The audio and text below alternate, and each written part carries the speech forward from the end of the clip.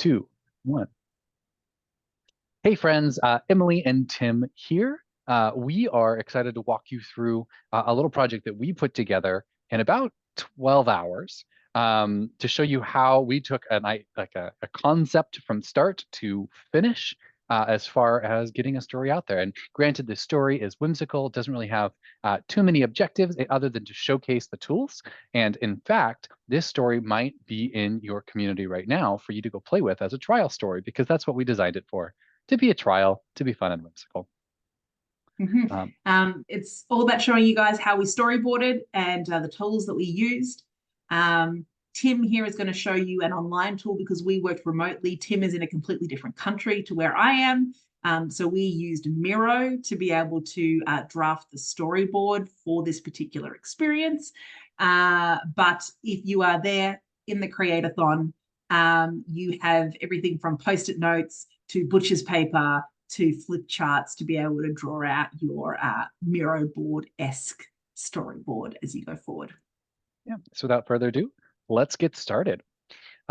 So long story short, this is what Miro, it's free tool, highly recommend. You can create a new board, and I'm gonna click into the board that we use now. Okay, so here is what we created, a few different stories, but the one that we are going to focus on at the moment is this big guy right here. And what we did is created these virtual little post-it notes to welcome you into your own choose your own adventure experience. I went ahead and wrote them all out, and then I passed it over to Emily because she is a phenomenal editor and writer to help make it a little bit prettier, but quickly utilizing these tools. We color coded each branch of our adventure so that we would know what who was narrating, who was engaging on each level. So we chose different post-it notes for that. And then we labeled the arrows of what those decisions, buttons, directions would look like. And we built out our narrative. So quickly, I'm going to go ahead and zoom in kind of here on how we began. And then I'm going to show you what that looked like when we transpose that directly to the creator tools. Because I'll be honest, what we did is we wrote it all out here. And then I used the fancy Control C or Command C if you're on a Mac, and the Command V or Control V, which is copy and paste. And we just directly took this text into our tool. And that's how easy it is to use the Story City tools. Emily, anything about this process? Yeah, so essentially, Tim kind of had an outline to begin with. So as he created these post-it notes, he would put things like "now outside with you," right? And from there, he then would develop a short kind of like draft script, which we then went into and then started tweaking for that draft script, as he said. But then also he had kind of had just little explanations in those arrows. And as we refined it, we changed those tiny explanations into what would the button text actually say, right? And how would these be connected to each other? And as Tim said, from there, we copied and pasted it into the tools. So do we want to show people how we did that?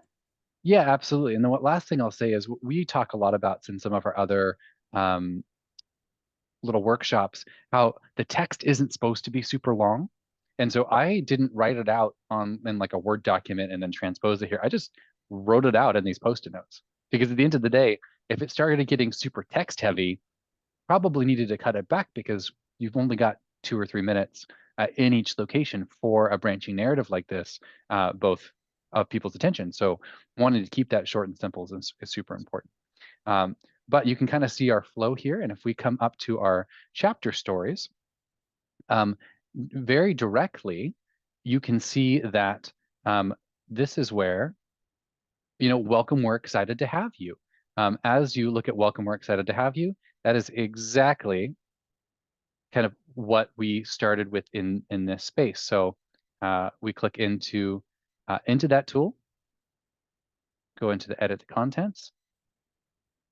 We ended up using a fun little video tool as well. Actually, I'm going to go ahead and sidebar into that. Emily and I just found a free app on the iPhone that this one happens to be something called Clips. And so it is this little guy that I found on my iPhone that's naturally natively there.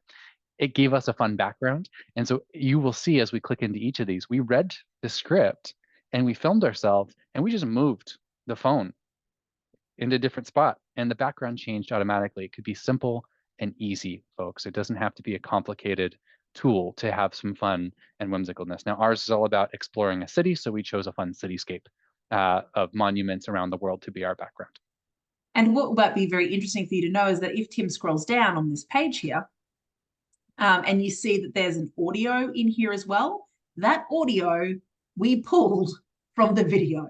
So we literally did the video using this free iPhone app where we would change the background depending on what we were facing. So we would do our short little minute-long performance.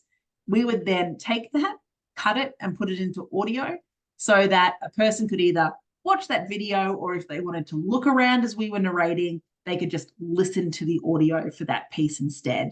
And it was literally from the same piece of content. I think I had to record each video like 2 or 3 times. Same. I am used to reading off the screen and making it sound like I'm not reading those. So like I have had a lot of practice with that. But like, yeah, it was as simple as. And yeah, and I'll be honest, I have not had as much practice as Emily. And so I might have had to do like 3 or 4 takes on each one.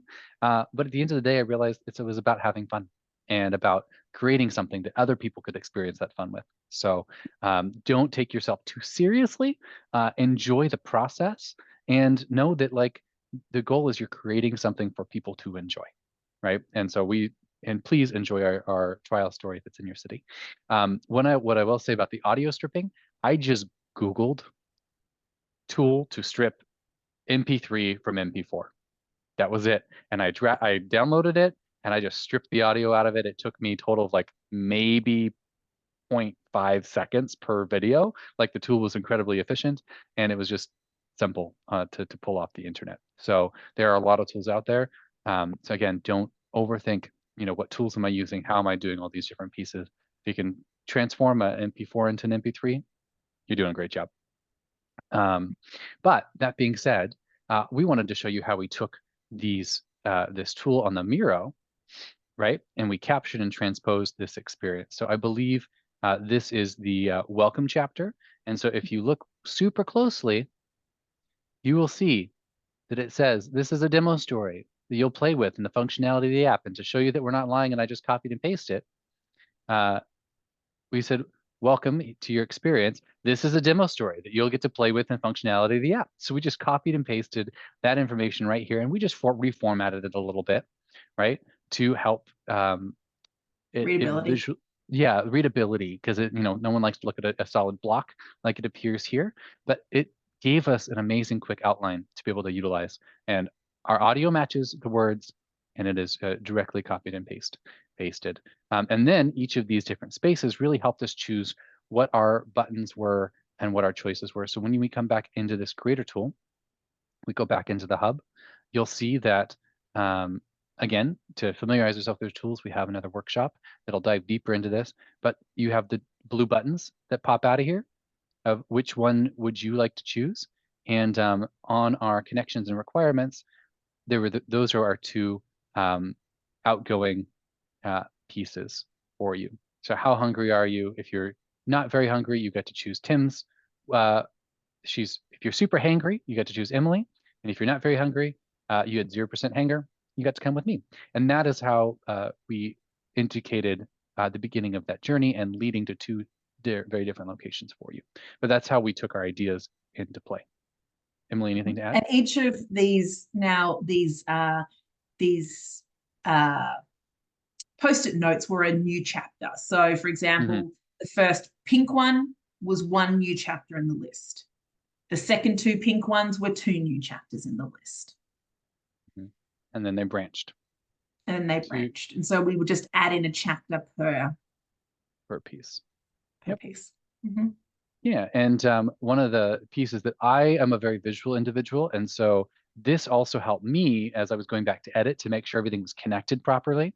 Did I connect my chapters well? Did everything flow well together? So whether you're using a tool like Miro, or you're using a piece of butcher paper, or you're using a whiteboard and post-it notes, at the end of the day, you want to make sure that you're tracking properly so that your story flows.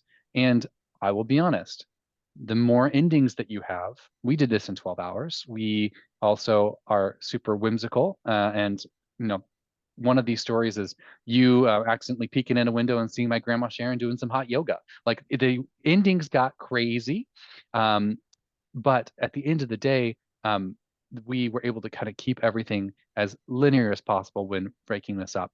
And so if you want looping stories, if you want storylines that do get a little bit more complicated, this is a great tool to utilize to be able to track that. Mhm. And I think that the one more thing that I will say that was really interesting about this before we close off this short video is that we had a little section where we made a pop-up where you got to have an interview with a local chef. Let's talk right? with the chef. And let's talk with the chef. And so our chefs were based off a free app that Tim had on his phone that allowed you to put either an animated bear head, or an animated giraffe head on your head. And so we named them Giraffe Brown Bear, Chef Brown Bear and Chef Giraffe. And they each gave their little made up story about what they cook at their restaurant. And so it was literally Tim sitting in front of a plain background, overlaying him as a brown bear. And that was the video that we used to do our interviews with the chef. Yeah, so here is a quick example of what that ended up looking like, friends, just to show you how fun and simple it can be.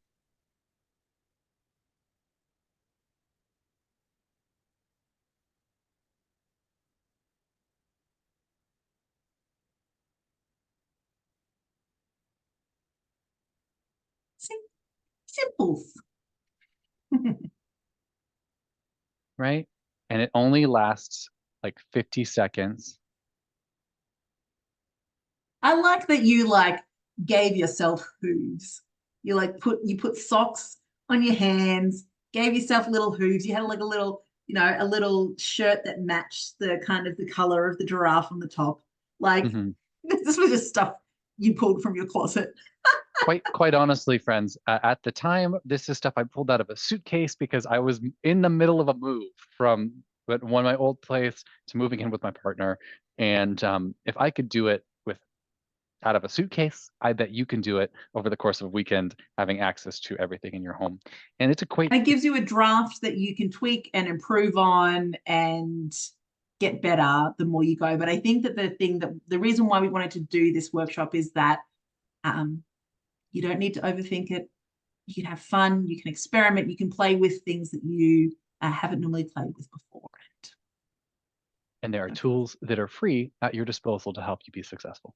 So, exactly. All right. Well, without any further ado, good luck, and I can't wait to see what you create. Indeed. Ciao, everyone.